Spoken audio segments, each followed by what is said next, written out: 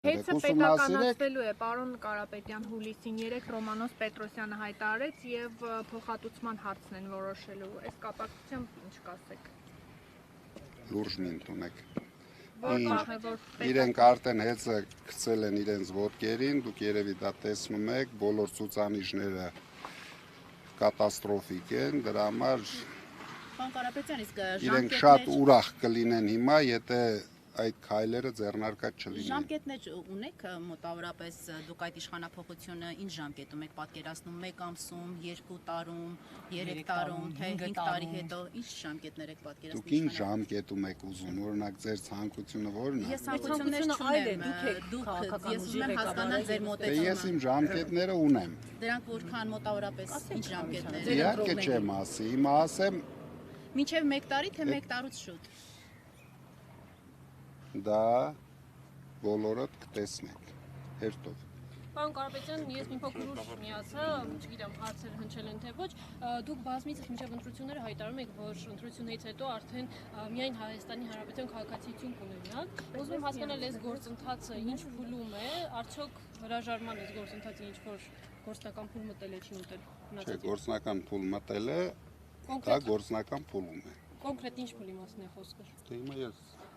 Դուք 3 երկրում Հայաստանում ունեք քաղաքական Հայաստանում հիմա քրեական գործով եք անցնում եւս 2 երկրում էլ հայց ունեք ներկայացված ու այս 3 երկրներում էլ տարբեր քաղաքացիություններով եք ներկայանում արդյոք դա կարող է հանգամանք դա օրինակ եւս 2 երկրում ինչ ունեմ Ֆրանսիայում դուք ներկայանում եք որպես Հայաստանի Ֆրանսիայում հայց ունեք ներկայանում եք որպես Հայաստանի քաղաքացի Ստոկհոլմում հայց ունեք ներկայանում եք որպես Կիպրոսի քաղաքացի այստեղ էլ քրեական գործով եք անցնում ու 3 երկրի քաղաքացիությունով եք ներկայանում Այսինքն կարող է սա խանգարող հանգամանք հանդիսանալ ձեր երկու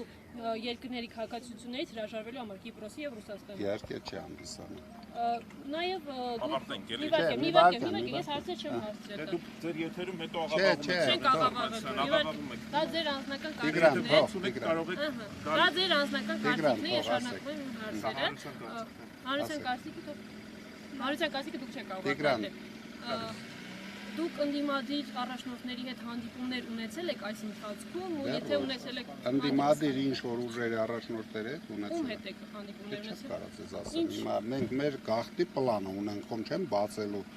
ինչ պլանի մասին է խոսքը Փաշինյանին հեռացնելու պլանը ինչպես եք կոնկրետ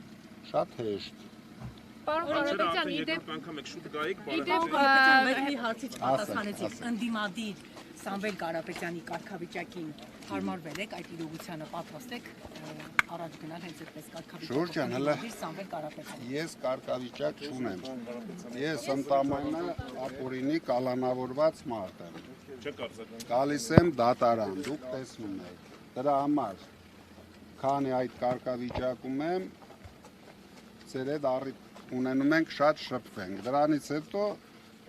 շատ բաներ դուք տեսնեք։ Պարոն Կարապետյան, իդեպ իշխանության ներկայացուցիչները տարածում էին ձեր եղբոր լուսանկարը հանգստից, ասում էին այսպես են ռուսանցիան հարց են տալիս։ Իմ եղբայրը հիմա հանգստանում է, դա ասում էին այսպես են իշխանափոխություն իրականացնելու մեկներ են քաղաքական ոչ մի process-ի չի մասնակցել հենց առաջի օրից, ինքը կարող է հանգստանալ, կարող է անհանգստացնել, դրա համար ինքն է որոշում Ձեր իշխանափոխության այդ սցենարը, որը դեռ չեք ցանկանում, այսպես բարձրաձայնել, փակագծեր բացել, ռեալ է թե դուք պարզապես քաղաքական հայտարարություններ եք անում։ Դե իհարկե ռեալ է։ Դրա համար կնայենք, կտեսնենք։ Պարոն Կարապետյան, իսկ ինչպես եք կիսելու ընդդիմության առաջնորդի այս դերը։ Դուք եք լինելու առաջնորդը թե Քոչարյանը։ Քոչարյանը իր դաշինքով ընդդիմության առաջնորդ է։ Ես մեր դաշինքի ընդդիմության առաջնորդն եմ։ Դրա համար մենք կիսելու ոչ մի բան չունենք։ Այսինքն այդպես եք պատրաստվում գնալ։ Այսինքն երբ որոշենք մտնենք ազգային ժողով, Այսինքն ամեն դեպքում մտնելու եք ազգային ժողով որպես ընդդիմություն։ Դե ես ասեցի, հիմա որոշում չկա, կան հետագա քայլեր, մենք կգնահատենք, ամենակարևորը, որ ճանապարհը արագ հնարավորություն տվեց արագ հեռացնել Փաշինյանին, մենք այդ ճանապարհը ընտրելու ենք։ Չենք նայելու ոչ մեկի այսօրվա դաշտ գցած նարատիվները, խորհուրդները, դրան չենք նայելու։ մենք ի վիճակի ենք մեր որոշումները կայացնենք։ Դրա համար խորհուրդ եմ տալիս մարդկանց դրա վրա ժամանակ չկորցնել։ Մենք շփվելու ենք մեր ընտրողների հետ, մեր թիմի հետ եւ կայացնելու ենք միակ ճիշտ որոշումը։ Ձեր երկրորդին ասում է, որ դուք այստեղ այս երկրում երկար դեռ պլաններ ունեք, ինչ պլանների մասին է խոսքը։ Դե դուք գիտեք ինչ պլաններ։ Եթե մենք արդեն ունենք կուսակցություն, Փաշինյանին կերացնենք, հետո ձևավորենք կառավարություն։ Ընդդիմությունը ասում է, որ միջև վերջ հանդիպում կազմակերպեցիք